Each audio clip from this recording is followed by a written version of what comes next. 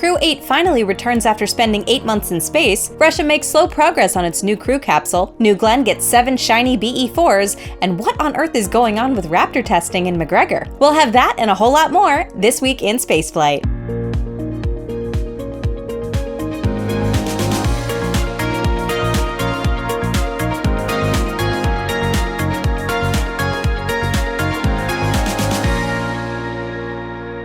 We've had another breakup in geostationary orbit, and it's not a love story.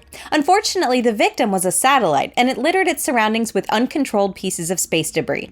On October 19th, Intelsat 33E broke up only 8 years into its 15-year mission.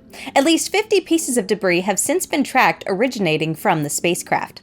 The communications satellite was launched atop an Ariane 5 in August of 2016, and it entered service in early 2017.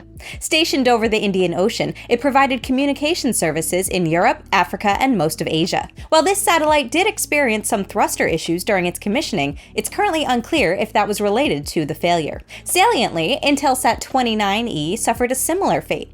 It was also launched in 2016 and failed after a fuel leak in April of 2019.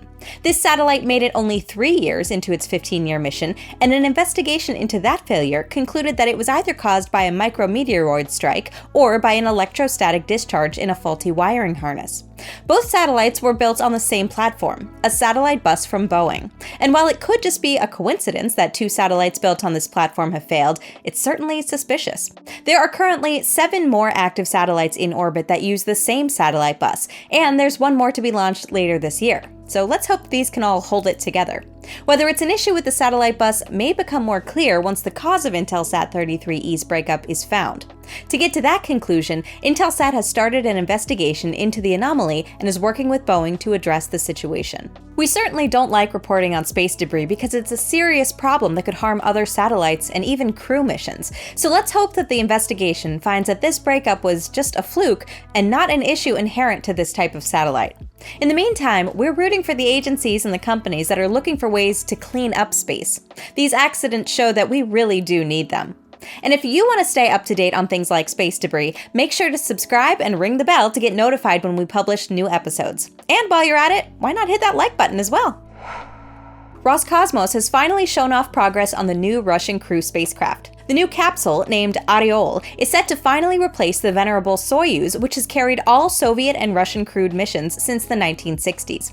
Developing this new vehicle has already been a long process and is nowhere near completion. The first steps towards this new capsule were taken in 2006 when Roscosmos started a collaboration with the European Space Agency to jointly develop a next-generation crewed spacecraft.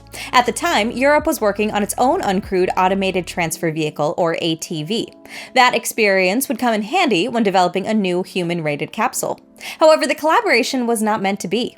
When technical and political issues arose in 2009, ESA and Roscosmos went their own separate ways. But Roscosmos didn't abandon the project and instead turned to the Russian space industry for proposals. What followed were years of iteration and delays, but eventually the program led to the Oryol spacecraft that's currently being developed. The newly released images show progress on several parts of the spacecraft, but they also highlight that the design is quite the departure from Soyuz.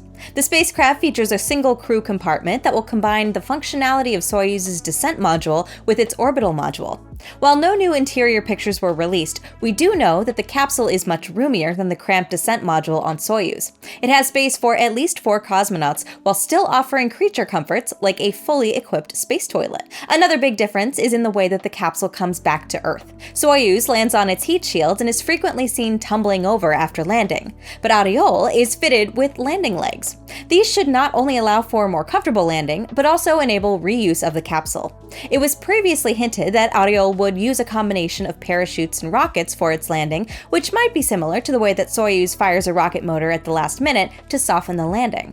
Oryol is eventually expected to fly on the crew-rated version of Angara 5, which is yet to perform its first operational mission. For a while, the spacecraft was expected to make its uncrewed debut in 2023, but that flight has since been postponed to 2028. By then, the International Space Station will be nearing its end, so the new capsule will likely primarily serve Russia's upcoming space station. Now, while all of this might sound exciting, the new pictures also make it more than clear that progress on Oryol is very, very slow.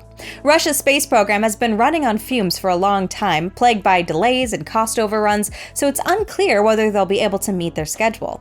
With the country's already standing commitment to the ISS, as well as a collaboration with China on a lunar outpost, adding their own projects like Oryol or a new space station into the mix might just see their overall progress grind to a halt. So while it's great to see that work on Oryol continues, we'll have to wait and see if it flies in 2028. The Chinese company Landspace has test-fired a new upper stage for its Zhuche 2 rocket. Now, if you remember, Zhuche 2 was the first methane-powered rocket to reach orbit in July of 2023, and it had another successful flight at the end of that year. Landspace has since been upgrading the rocket's upper stage. The new version features a so-called common bulkhead between the methane and liquid oxygen tanks. This makes the tank structure lighter compared to the original, which was just two separate tanks tacked together. But more importantly, the new upper stage features a completely new engine. The TQ-15A engine replaces not only the stage's TQ-12 main engine, but also the TQ-11 Vernier thrusters. These small maneuvering thrusters caused the failure of Zhuche 2's inaugural flight in December of 2022 when one of them shut down unexpectedly.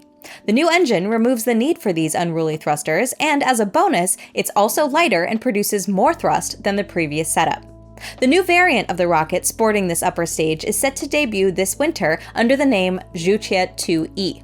Meanwhile, the company has also been working on its upcoming reusable Zhuche 3 rocket. Last month, we covered the successful hop test of a prototype. The company has since revealed that it's planning to test a completed vehicle early next year, followed by 3 test flights. To make it even more exciting, Landspace hopes to recover the booster during at least one of these flights. And now, for a lot more in Methalox testing, I'll hand it over to Ryan for the latest from SpaceX. If you thought the nearly 15-minute firing of a Raptor just a few weeks ago was going to be the only record-breaking test of Raptor in the last month, you'd be wrong. Just this week, SpaceX surprised us again with an impressive set of short firings of a single Raptor engine over and over and over and over and over again. And you can do that 34 more times. These tests took place on the tripod stand at the company's test site in McGregor, Texas between Wednesday and Thursday. The tests on Wednesday first started with 5 firings in short succession over the course of about 2 minutes. These were then later followed by not another 5, but 34. Yes, 34 Raptor firings in succession, back to back to back. Each of these firings lasted for about 8 seconds, after which the engine shut down and then fired up again for another 8 seconds. If you're familiar with our McGregor Live 24/7 stream, you might know that we keep a list of the tests of the day so you can scroll back to not miss them. When this was being designed, 39 firings of the same Raptor engine on the same stand on the same day was certainly not thought of as a possibility. Maybe it's time for a new overlay. SpaceX didn't stop there though, because on Thursday they repeated this again with 12 firings in quick succession with the same 8 seconds on and off cadence from the tests on Wednesday. So in between both days, this engine was fired up a total of 51 times, maybe the most firings of a Raptor engine ever, or at least that we've seen so far. Now, this could have been done with separate engines each day and it would still be quite the record, but this stand is very peculiar because we are in fact able to see whether an engine is removed and a new one is installed. SpaceX uses an elevator on the side of the mount that helps to carry this out. In this case, we did not see the engine being replaced from one day to the other, so we assume these 51 firings all happened with the same engine, which is mighty impressive. We also believe this was not a Raptor 3 engine because of the activity of this stand. When SpaceX first fired up this newest Raptor version, it did so at the vertical stand in McGregor, which had gone inactive for a whole 2 weeks. We think that was so that the teams could reconfigure it and adapt it for the new engine. In the case of the tripod stand, we have not seen such a pause in testing for a reconfiguration. But thanks to our friend Blair in the L2 forum who flew over McGregor on Thursday, we were able to visually confirm that indeed this was a Raptor 2, just like the ones that have been in use and testing since 2022. He did spot a new Raptor 3 engine, by the way, and he did so at a stand we were not aware was capable of supporting this version of Raptor, and that is the northeast bay of the Raptor horizontal stands. Pictures from recent weeks seem to imply that some sort of work was going on at this bay until recently, and that it was indeed inactive for that conversion process. I know that was probably a bit of a tangent, but it's nice to see SpaceX continuing to progress on its testing of Raptor 3. And if you're up to date on the old socials, you'll know there was even more Raptor action this week from Starbase, where SpaceX fired up 33 Raptor engines underneath Booster 13, which rolled out to the pad earlier this week. This super heavy booster is set to fly on the next flight of Starship Flight 6, underneath Ship 31. And did I mention that they did this less than 2 weeks after catching the largest rocket booster ever made in the history of humanity at the exact same pad? With the engine test campaign now completed, we expect the booster to roll back to the production site to get ready to launch. In fact, we now have road closures for such a rollback set for October 25th from 10 PM to 12 AM Central, with a backup closure on October 26th from 12 PM to 3 PM in the afternoon.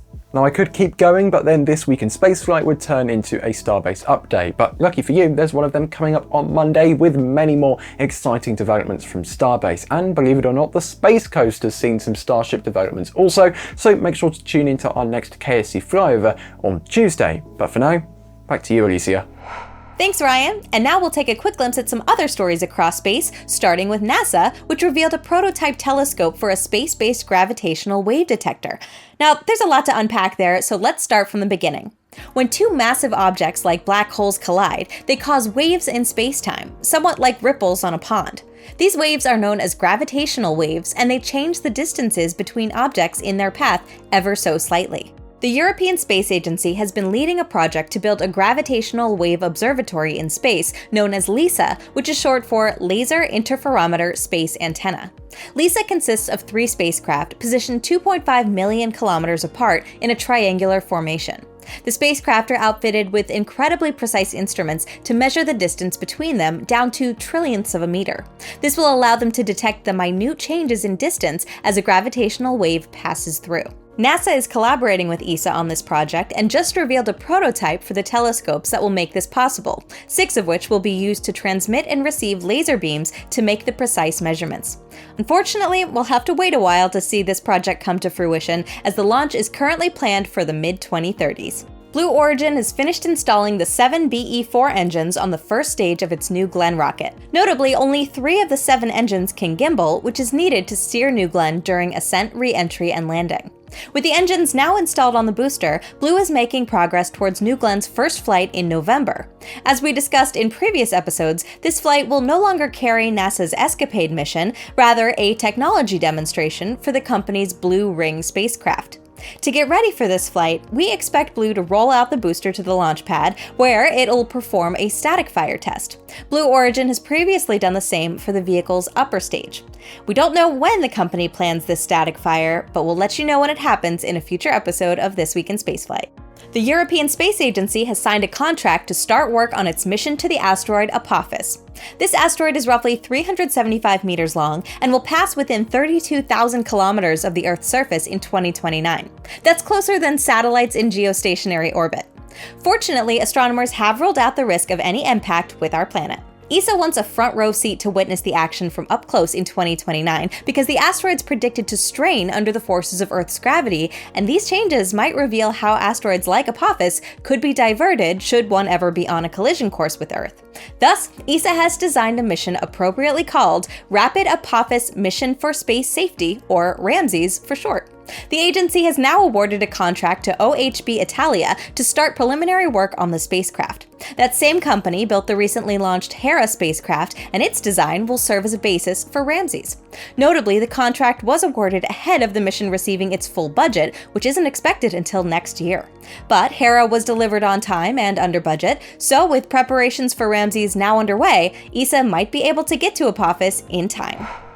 Now let's take a look at the space traffic this week and see what's coming up next week in spaceflight. Starting off the week, we had the first of 4 Falcon 9 launches that took place since our last space traffic report. Liftoff happened on October 18th at 23:31 UTC from Space Launch Complex 40, carrying a batch of Starlink satellites into low Earth orbit. 7 of these were Starlink V2 mini satellites and 13 were direct-to-cell. The first stage for this mission, B-1076, was flying for a 17th time, and it successfully landed on SpaceX's drone ship Just Read the Instructions. For the second Falcon 9 of the week, we'll go to Vandenberg. Liftoff took place on October 20th at 5:13 UTC from Space Launch Complex 4 East. The rocket was carrying 20 satellites for OneWeb's first-generation constellation. The first stage for this mission, B-1082, was flying for a 7th time, and it successfully landed back on land at SpaceX's Landing Zone 4. With this launch, there have been a total of 660 OneWeb satellites launched, of which 6 have re-entered and 627 are in their operational orbit. From California, we'll head to China for a Changzheng 6 that lifted off on October 22nd at 10 minutes past midnight UTC from the Taiwan Satellite Launch Center. The rocket was carrying 3 Tianping 3 satellites into sun-synchronous orbit. Tianping satellites are a series of experimental satellites used for ground equipment calibration. This is the 3rd series of Tianping after the first launched in 2018 and the second launched in 2022. This was also the 13th launch of Changzheng 6 overall, and the 3rd just this year. Also from China, we had the launch of a Changzheng 2C rocket on October 23rd at 1:09 UTC from the Xichang Satellite Launch Center. It was carrying a trio of Yaogan 43 satellites into low Earth orbit. Yaogan 43 satellites are a series of satellites aimed at testing technologies for future military low Earth orbit constellations. This was the 3rd batch of Yaogan 43 satellites launched so far, after 9 launched in August and another 6 launched just last month. This week, we also had the launch of a new Shepard rocket from Blue Origin's Launch Site 1 in West Texas. The rocket lifted off on October 23rd at 15:26 UTC, flying a new booster and a new capsule named RSS Carmen Line. This was the second set of a human-rated New Shepard booster and capsule that Blue Origin has produced and launched. Although built to carry humans, this mission did not carry anyone on board and was instead used as a demonstration flight for both vehicles. Both booster and capsule also sported improvements relative to the previous set and even a new livery. While no humans were on board, New Shepard did carry 12 payloads on this flight. 5 on the booster and 7 on the crew capsule. These payloads include development hardware for New Glenn, which the company is preparing to launch soon. Included in this mission, there are also 2 different LiDAR sensors for Blue's Lunar Permanence program and a set of ultra-wideband proximity operations sensors for NASA's Flight Opportunities program. For this mission, the booster and the capsule reached an apogee of 102 kilometers above mean sea level and landed successfully, ready for another flight soon. Also this week, we had the return of SpaceX's Crew 8 mission from the International Space Station. After several weeks of delays due to bad weather, Crew Dragon Endeavour was finally given the go to depart the orbital outpost. Undocking from the Zenith docking port of the ISS Harmony module took place on October 23rd at 21:05 UTC. The spacecraft performed several departure burns that set it for a re-entry approximately 34 hours later off the coast of Pensacola, Florida. This wraps up a record-breaking mission for both human spaceflight and SpaceX's Crew Dragon spacecraft. From launch to splashdown, this mission lasted a total of 235 days and 5.5 hours, marking the longest spaceflight for a human-rated vehicle. It also extended Endeavour's current record as the human-rated vehicle with the most time spent in space, as it has now accumulated almost 702 days of flight time across its 5 flights. For comparison, this is 2.3 times more flight time than the Space Shuttle orbiter that it was named after. It'll be interesting to see just how much more time in space Crew Dragon Endeavour accumulates over its future missions before retirement, but it's definitely going to be a while until the record is beaten by a different spacecraft. Maybe that'll be SpaceX's Starship? In any case, with Crew 8 now back home, that also means that all 4 crew members on board get to add those over 235 days of flight time to their records. Commander Matthew Dominic and mission specialists Jeanette Epps and Alexander Grabenkin were all flying for their first time on this mission, so their total flight time is the same as the duration of Crew 8. As for pilot Mike Barrett, this was his 3rd mission in space after having flown on Soyuz TMA-14 and STS-133, so he has now accumulated 447 days in space. Shortly after Crew 8's undocking from the ISS, we had the 3rd Falcon 9 launch of the week, this time from Florida. Liftoff happened on October 23rd at 21:47 UTC from Space Launch Complex 40, carrying another batch of Starlink satellites into low Earth orbit. This mission was carrying 23 Starlink V2 mini satellites, and it was a return to the Group 6 missions that we'd been used to in 2023 and in the first half of 2024. This also meant a return to a southeastern trajectory to insert the satellites into a 43-degree inclination orbit. Now, we're not sure if this was just a one-off and if SpaceX will continue future launches of Group 6 missions, but you can count on us to report on that if it happens. The booster for this mission, B-1073, was flying for an 18th time, and it successfully landed on SpaceX's drone ship, a short fall of gravitas. By the way, for those who like stats, this mission also marked SpaceX's 100th successful launch of any Falcon rocket this year. With the 2 Starlink launches this week, SpaceX has now launched a total of 7,148 Starlink satellites, of which 654 have re-entered and 6,151 are currently in their operational orbit. And there was a 4th and final launch this week of a Falcon 9 rocket out from Vandenberg. Liftoff happened on October 24th at 1714 UTC from Space Launch Complex 4 East in California. Falcon 9 was carrying a batch of Starshield satellites for the National Reconnaissance Office's Proliferated Space Architecture constellation. This was the 4th launch in support of this highly secretive constellation, and 2 more are expected before the end of the year. The first stage for this mission, B-1063, was a veteran one, having previously flown 20 times before. With the recent loss of B-1062 and SpaceX expending B-1061, this is actually now the oldest booster in the fleet, having had its first flight all the way back in 2020. With its successful landing on SpaceX's drone ship Of Course I Still Love You, the booster should be preparing for another launch very soon. Going into next week, we'll have, of course, even more Starlink launches coming from SpaceX. The first one, Starlink Group 10-8, is set to take flight from Florida within a 4-hour window that opens on October 26th at 21:47 UTC. Right after that, we'll have the launch of another Starlink mission, Starlink Group 9-9 from Vandenberg. The 4-hour launch window is set to open on October 29th at 10:30 UTC. Also next week, we'll have the next crew rotation mission to the Tiangong space station, Shenzhou 19. The spacecraft will be carrying 3 new Chinese astronauts to replace the 3 crew members currently inhabiting the orbital outpost. Liftoff is currently set to take place on October 29th at around 20 UTC from the Zhochuan Satellite Launch Center in China. Docking to the forward port of the Tianhe module would then take place about 6 hours later after a fast-track 4-orbit rendezvous. And from China, we go to Japan, where JAXA's H3 rocket is set to launch for a 4th time next week. The agency is planning to launch the Kirameki-3 communications satellite within a roughly 2-hour window that opens on October 30th at 6:46 UTC. And to wrap up the week, and potentially the month of October, we'll have none other than another Starlink launch from Florida. The 4-hour launch window for that mission is set to open on October 30th at 20:10 UTC. And that's your weekly update of spaceflight news. I'm Elysia Segal for NSF, and I'll see you all again next week to recap this week in spaceflight.